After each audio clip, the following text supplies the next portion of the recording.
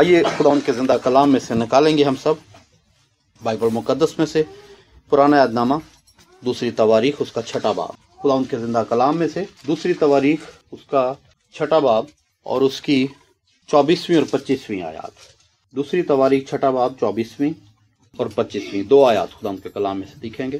لکھا، اور اگر تیری قوم اسرائیل تیرا گناہ کرنے کے باعث اپنے دشمنوں سے شکست کھائے اور پھر تیری طرف رجوع لائے اور تیرے نام کا اقرار کر کے اس گھر میں تیرے حضور دعا اور مناجات کرے تو آسمان پر سے سن کر اپنی قوم اسرائیل کے گناہ کو بخش دینا اور ان کو اس ملک میں جو تو نے ان کو اور ان کے باپ دادا کو دیا پھر لے آنا۔ خدا ان کے کلام مقدس کے پڑھے اور سنے جانے پر خدا ان کی برکت ہو۔ خوبصورت آیت خدا ان کے زندہ کلام میں سے، اس نے کہا کہ اگر تیری قوم اسرائیل دشمنوں کے ہاتھ سے ماری جائے، دشمن اس کو شکست دے، حالات اس کے خلاف ہوں، سچویشنز اس کے اگینسٹ ہوں، اور وہ اس ہیکل کی طرف رخ کر کے دعا کرے تو آسمان سے سن کے کیا کرنا؟ ان کو جواب دینا۔ انہوں نے گناہ کیا ہو تو ان کو معاف کر دینا۔ اگر ان کا دشمن ان کے خلاف ڈٹ گیا ہو تو ان کو ان کے دشمن سے رہائی دینا۔ ایک زبردست بات اس نے کہی ہے ہمیں۔ اس نے کہا کہ آپ نے ایک ایکٹ کرنا ہے۔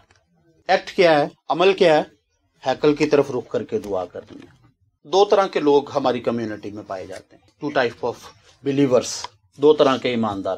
ایک کلیم کرتے ہیں کہ ہم بلیور ہیں، دعویٰ کرتے ہیں کہ ہم ایماندار ہیں، یسوع مسیح کے اوپر ہم ایمان رکھتے ہیں، یسوع مسیح ہمارا نجات دہندہ ہے، یسوع مسیح ہمارا مخلصی دینے والا ہے، لیکن وہ دعویٰ کرتے ہیں صرف، لیکن جہاں موقع ملے وہ بوتل بھی اٹھا لیتے ہیں، جہاں موقع ملے وہ سگریٹ بھی لگا لیں، لیکن بلیو وہ کہتے ہیں کہ نہیں ہم یسوع مسیح کے بلیور ہیں، ان کا دعویٰ ہے صرف۔ لیکن ایک بلیور ایسا ہوتا ہے کہ سچویشنز اس کے سخت خلاف ہیں، گھر میں کھانے کے لیے روٹی نہیں، پہننے کے لیے کپڑا نہیں، اور باس اگر کمرے سے باہر گیا اپنے اور اس کے ٹیبل پر ہزاروں روپے پڑے ہوئے ہیں جو کہ باس نے کاؤنٹ بھی نہیں کیے، وہ شخص اچانک اس کمرے میں چلا جاتا ہے، مائنڈ میں ایک چیز سٹرائک کرے گی اس کے کہ 2000 اٹھا لے گا تو کوئی فرق نہیں پڑے گا، گھر میں آٹے کا توڑا آ جائے گا، تیرے بچے پیٹ بھر روٹی کھا لیں گے۔ لیکن وہ شخص ایکٹ کرے گا، وہ کہے گا باس تو مجھے نہیں دیکھ رہا لیکن میرا خالق مجھے دیکھ رہا ہے۔ اگر میں یہاں سے 2000 روپے اٹھا لوں گا تو کیا پتا یہ 2000 روپے مجھے نجات یافتہ لوگوں میں کھڑے ہونے سے روک دیں، اگر میں بلیورز میں کھڑا ہوں تو مجھے یہاں سے اٹھا کے غیر نجات یافتہ لوگوں میں لے جائیں، میں یہ 2000 روپے نہیں اٹھاؤں گا۔ اس نے کہا کہ اس ہیکل کی طرف رخ کر کے تو اس سے درخواست کریں، تو اس سے دعا کریں۔ اس نے اس ہیکل کی طرف دیکھا، اس نے کہا کہ نہیں، میرا باس تو مجھے نہیں دیکھ رہا لیکن یسوع مجھے دیکھ رہا ہے۔ اس نے ایکٹ کیا ہے۔ 2 طرح کے بلیورز ہیں ہماری کمیونٹی میں، ہماری سوسائٹی میں، ایک کلیم کرتے ہیں، ایک ایکٹ کرتے ہیں۔ ہمیں بائی کلیم بلیورز ہونا ضروری ہے، لیکن اس سے زیادہ ضروری بائی ایکٹ بلیور ہونا چاہیے۔ ہمارے اعمال بلیورز جیسے ہونے چاہیے، لفظوں سے ہم بلیورز نہ ہوں، لفظوں سے ہم بلیور نہ ہوں، ہم بائی ایکٹ بلیور ہوں۔ ایگری ہیں میرے ساتھ آپ؟ پریز دی لارڈ۔ ایک جو زبردست بات ہے نا، یہ ٹیمپٹیشنز، ہم بلیورز جو ہے نا ان مشکلات سے گھبرا جاتے ہیں، موسٹلی بلیورز پریشانیوں سے لیکن میں ایک بات بتاؤں کہ اگر آپ واقعی بلیورز ہیں تو پھر ان پریشانیوں سے نہ گھبرائیں۔ داؤد اپنی زندگی کے کئی سال ان پریشانیوں سے لڑتا رہا ہے، وہ پریشانیوں کے آگے جھکا نہیں ہے، وہ پریشانیوں کے آگے ٹوٹا نہیں ہے، وہ بکھرا نہیں ہے، لیکن میں نے ان پریشانیوں کو داؤد کے آگے ٹوٹتے اور بکھرتے دیکھا ہے، کیونکہ اس کے اعمال بڑے زبردست، اس کا ایکٹ بہت شاندار تھا۔ جب بھی کسی مشکل میں پڑتا، جب بھی کسی مصیبت میں پڑتا، وہ اپنے آپ کو خدا کے ہاتھ میں دے دیتا تھا۔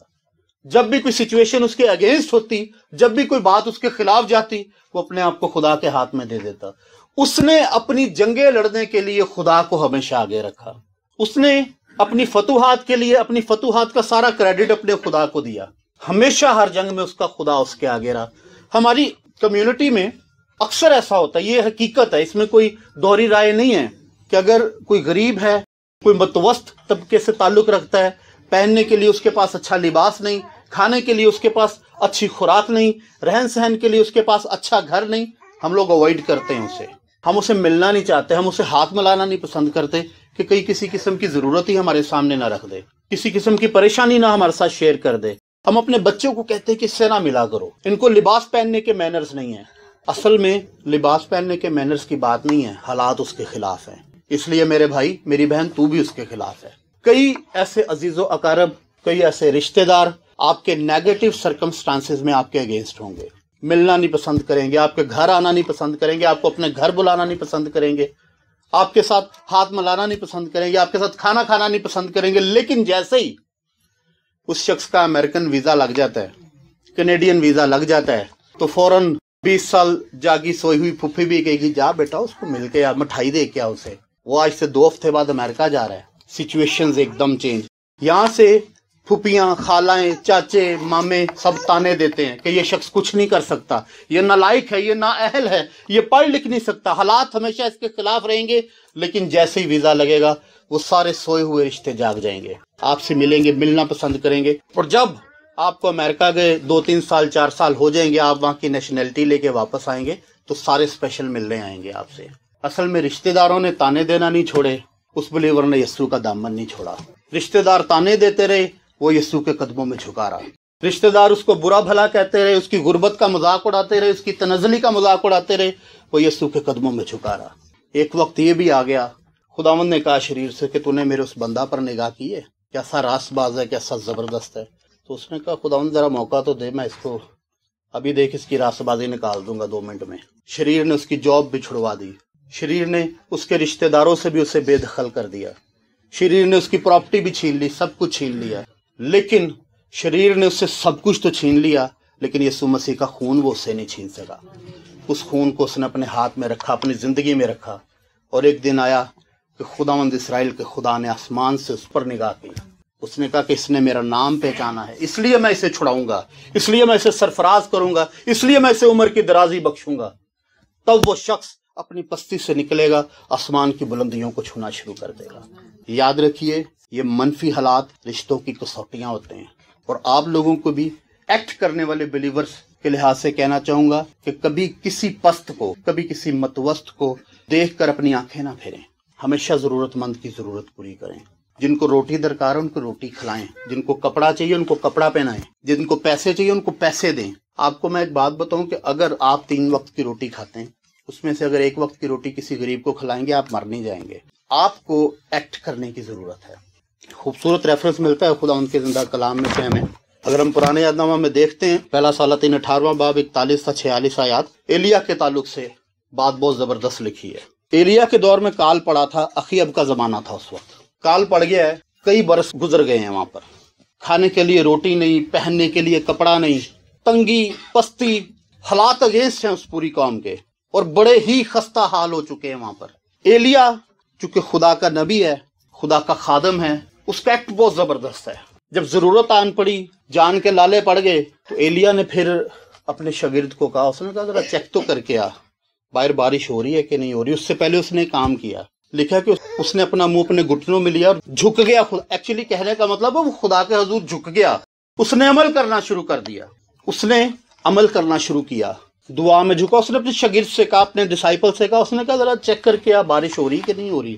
شاگرد اس سے بھی زبردست ہے، میں کہا خداوند سالوں کا کال پڑا ہے، میں کیسے جا کے دیکھوں، چلچلاتی دھوپ ہے، بارش کا تو نام و نشان نہیں۔ اس نے ایسی کوئی بات کلیم نہیں کی۔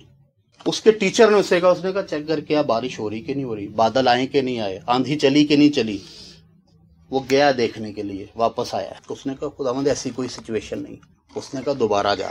وہ پھر دعا میں جھکا، وہ گیا دیکھنے کے لیے، پھر واپس آیا، اس نے کہا خداوند کوئی بادل نہیں، کوئی بارش نہیں۔ اس نے کہا 6 بار جا، تیسری دفعہ جا، تیسری دفعہ چلا گیا۔ اس نے کہا 4تھی دفعہ جا، 4تھی دفعہ بھی آ کے وہی پیغام دے رہا ہے۔ اس نے کہا 7ویں دفعہ جا۔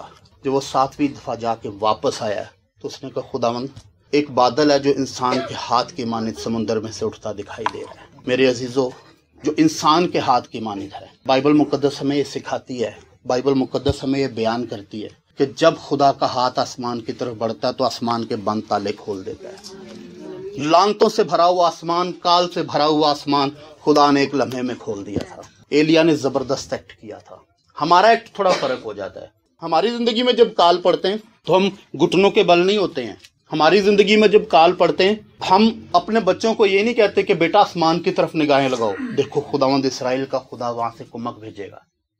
ہماری زندگی میں جب مصیبت پڑتی ہے تو ہم رشتہ داروں کے دروازوں پر نوک کرتے ہیں، ہم دوسری جاب ڈھونڈنا شروع کر دیتے ہیں، ہم تیسری جاب ڈھونڈنا شروع کر دیتے ہیں۔ یاد رکھیے، اس بات کو ذہن نشین کر لیں کہ آپ کی خوشحالی پیسے سے نہیں ہے، آپ کی خوشحالی دولت سے نہیں ہے، آپ کی خوشحالی بڑے گھر سے نہیں ہے، آپ کی خوشحالی بڑی کاروں سے نہیں ہے، آپ کی خوشحالی فقط ایک ہی ہستی سے، اور اس ہستی کا نام یسوع ہے۔ آسمان اور زمین کے سب خزانے اس کے ہیں، سب کچھ دینے کی، سب کچھ مہیا کرنے کی قدرت رکھتا ہے۔ ایک اور زبردست فیکٹ بائبل میں ہمیں ملتا ہے الیشا کا۔ الیشا کا زمانہ ہے دوسری سلاطین 6 باب 11 تا 23 آیات، شاہ آرام کے دور کی بات ہے۔ بادشاہ ہے، وہ پریشان ہے، وہ کہتا ہے کہ اس قوم کو میری باتیں پتہ کیسے چل جاتی ہیں، لگتا ہے کوئی ہم میں غدار ہے جو جا کے ہماری باتیں، جو کچھ ہم کرتے ہیں، جو کچھ ہم ڈیسائیڈ کرتے ہیں بنی اسرائیل کے خلاف، یہ کوئی ان کو بتا دیتا ہے جا کر۔ وہ پریشان ہے، وہ ورڈ ہے، اب وہ پریشان ہے کہ میری باتیں کون ایکسپوز کرتا ہے جا کے بنی اسرائیل پر، میرا ہر حملہ فیل ہو رہا ہے، میرا ہر وار رائے گاں جا رہا ہے۔ تو ان میں سے کسی نے بتایا، بادشاہ سلامت، اسرائیل میں ایک نبی ہے، جو کچھ تو اپنے خلوت خانہ میں سوچتا ہے اس کا خدا اسے بتا دیتا ہے۔ بادشاہ نے کہا اس نبی کو پکڑ لو۔ بادشاہ نے فوجیں بھیج دی الیشا کو پکڑنے کے لیے، نبی کو پکڑنے کے لیے۔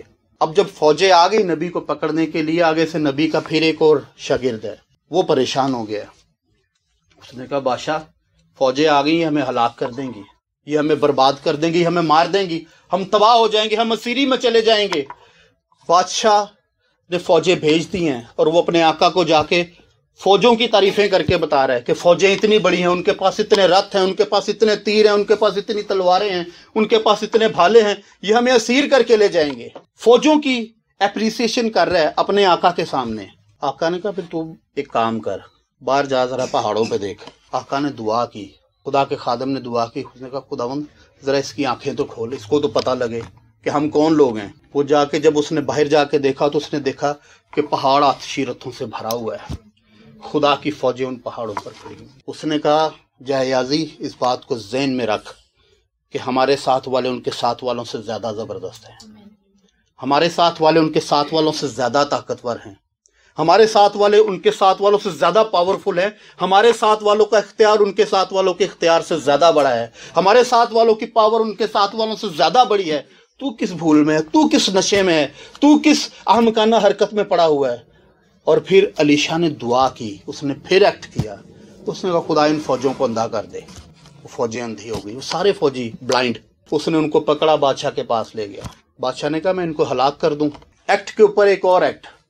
الیشا نے کہا جناب کیا آپ جن کو اپنی تلوار سے اسیر کر کے لاتے ہیں ان کو ہلاک کر دیتے ہیں؟ اس نے کہا نہیں۔ اس نے کہا پھر ان کی خدمت کر، ان کو روٹی کھلا۔ اس نے ان کی خدمت کی، ان کو کھانا کھلایا، ان کی ضرورت پوری کی، اور بعد میں ان فوجوں کو واپس بھیج دیا۔ لکھا ہے کہ پھر کبھی ان کے جتھے واپس اسرائیل میں نہیں آئے۔ لکھا ہے کہ اگر تو اپنے دشمن کے ساتھ بھلائی کرے، اگر تو اپنے دشمن کے ساتھ نیکی کرے تو اس کے سر پر آگ کے انگاروں کا ڈھیر لگا دے گا۔ اپنے دشمن کے ساتھ نیکی کریں، یسوع مسیح کی تعلیمات ہیں۔ اگر تیرا دشمن بھوکا ہو تو اسے کھانا کھلا، ننگا ہو تو اسے کپڑا پہنا۔ یہ وہ تعلیمات ہیں جو کرائسٹ نے ہمیں دی ہیں۔ سلیمان نے ایک اور زبردست بات جو ہمیں کہی، جس کو ہم نے سٹارٹ میں پڑھا، اس نے کہا خداوند اگر تیری قوم سے کوئی گناہ سرزد ہو گیا ہے، ان سے کوئی بدی سرزد ہو گئی ہے، دشمن ان پر غالب آ گیا، بیماریاں ان پر غالب آ گئی، حالات ان کے خلاف ہو گئے، رشتہ دار ان کے خلاف ہو گئے، سچویشن ان کے اگینسٹ چلی گئی، بچے مرنا شروع ہو گئے، جابس چھٹ گئیں، اس نے کہا خداوند اس ہیکل کی طرف رخ کر کے اگر کوئی تجھ سے درخواست کرے، تیرے آگے محنت کرے، تیرے آگے دعا کرے تو تو اس کی سن لینا۔ لیکن یسوع مسیح کی تعلیمات اس سے بھی زیادہ زبردست ہیں۔ اب ہمیں کسی ہیکل کی طرف دعا کرنے کی ضرورت نہیں ہے، اب ہماری ہیکل ہمارے درمیان خود موجود ہے، ہمارا بادشاہ ہمارے درمیان خود موجود ہے۔ اس نے کہا کہ تم جو کچھ زمین پر میرے نام سے باندھو گے آسمان پر بندھ جائے گا، جو کچھ کھولو گے آسمان پر کھل جائے گا۔